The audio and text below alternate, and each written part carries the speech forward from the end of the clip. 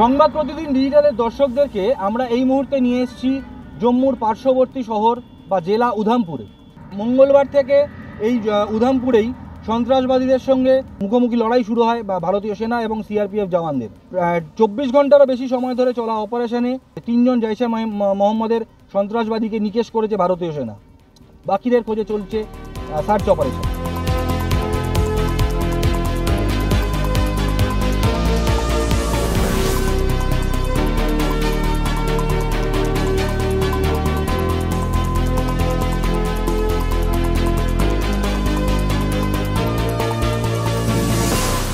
উধামপুর কেন, সাম্প্রতিক সময়ে অত্যন্ত বেড়ে গিয়েছে গোটা জম্মু এলাকায় সন্ত্রাসবাদী কার্যকলাপ।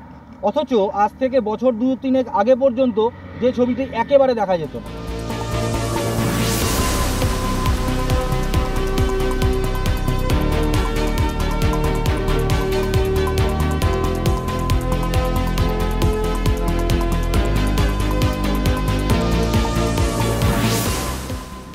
এতদিন ধরে সন্ত্রাসবাদীর কার্যকলাপ বলতেই আমরা বুঝে এসেছি উপত্যকায় অর্থাৎ কাশ্মীরে। সেখানে সন্ত্রাসবাদী কার্যকলাপ হলেও জম্মুতে এই ধরনের কোনো ঘটনা খুব সচরাচরই দেখা যেত। কিন্তু গত কয়েক মাসে বা বলা বলো গত 1-1.5 বছরে শান্ত জম্মু উত্তপ্ত হচ্ছে।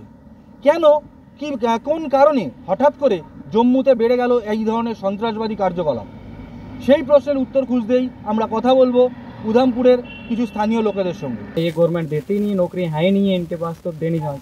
और उम्मीद भी खत्म हो गई, जो उम्मीद थी ना पहले वो भी खत्म हो चुकी है। ये तो बहुत कुछ बोलते हैं सर, ये तो बहुत कुछ बोलते हैं, लेकिन कहाँ आई? आप खुद पूछ लो, हर जगह जाओ कोई नौकरी नहीं है, कोई कुछ नहीं है, बेरोजगार जो घूम रहे हैं। ये सिर्फ नशे के सिवा कुछ नहीं दे सकते हैं।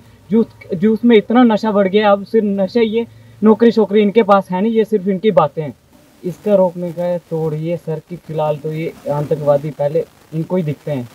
ये कश्मीर में होता था, हमारे जम्मू में नहीं थे आतंकवादी, ठीक है। जैसे अभी आपने किसी बंदे और को पूछा कि यहाँ पर नहीं थे, लेकिन 370 टूटने के बाद यहाँ पर भी आतंकवादी हैं। यहाँ पर लगभग 2 मंथ से कोई 10 से 20 हमले हो चुके हैं और हमारे नौजवान शहीद हो चुके हैं। आतंकवादी बढ़े कम नहीं हुए, 370 टूटने का बेकार इन्हें एक ढोंग रचाया हुआ है, कोई इसका फ़ायदा नहीं है। ये सिर्फ इनने ड्रामा है इनका, एक कोई 370 टूटा भी नहीं है, ये फुर्तियाँ मारते हैं, झूठ बोलते हैं।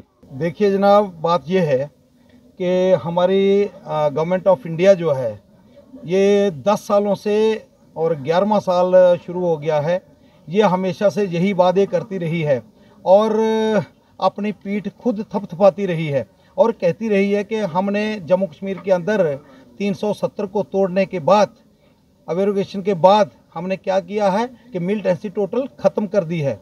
मिलिटेंसी ख़त्म कर दी है।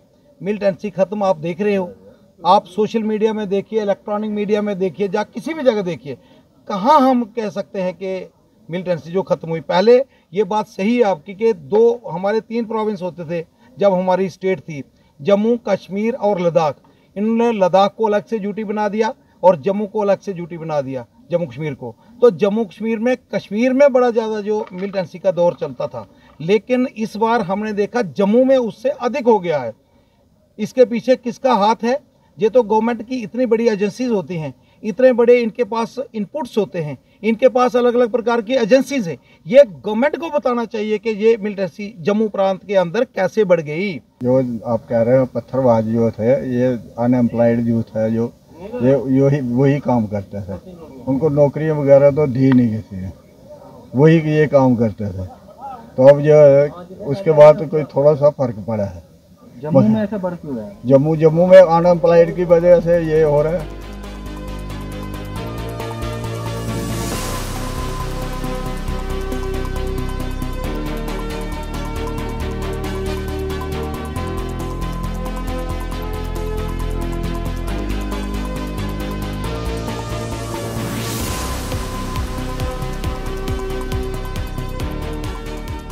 হঠাৎ কোন কারণে শান্ত জম্মু এভাবে অশান্ত হয়ে উঠছে? কেনই বা কাশ্মীরের বদলে জম্মুকে সফট টার্গেট করছে স্থানীয় সন্ত্রাসবাদী, পাকিস্তান মদতপুষ্ট সন্ত্রাসবাদীরা?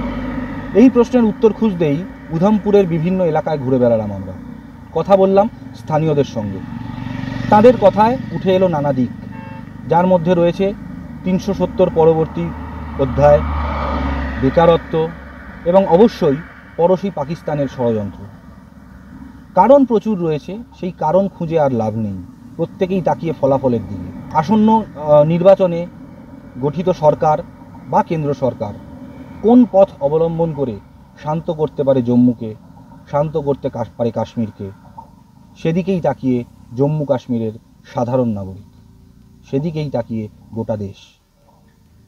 সংবাদ প্রতিদিন .in এর জন্য উধমপুর থেকে সোমনাথ রায়।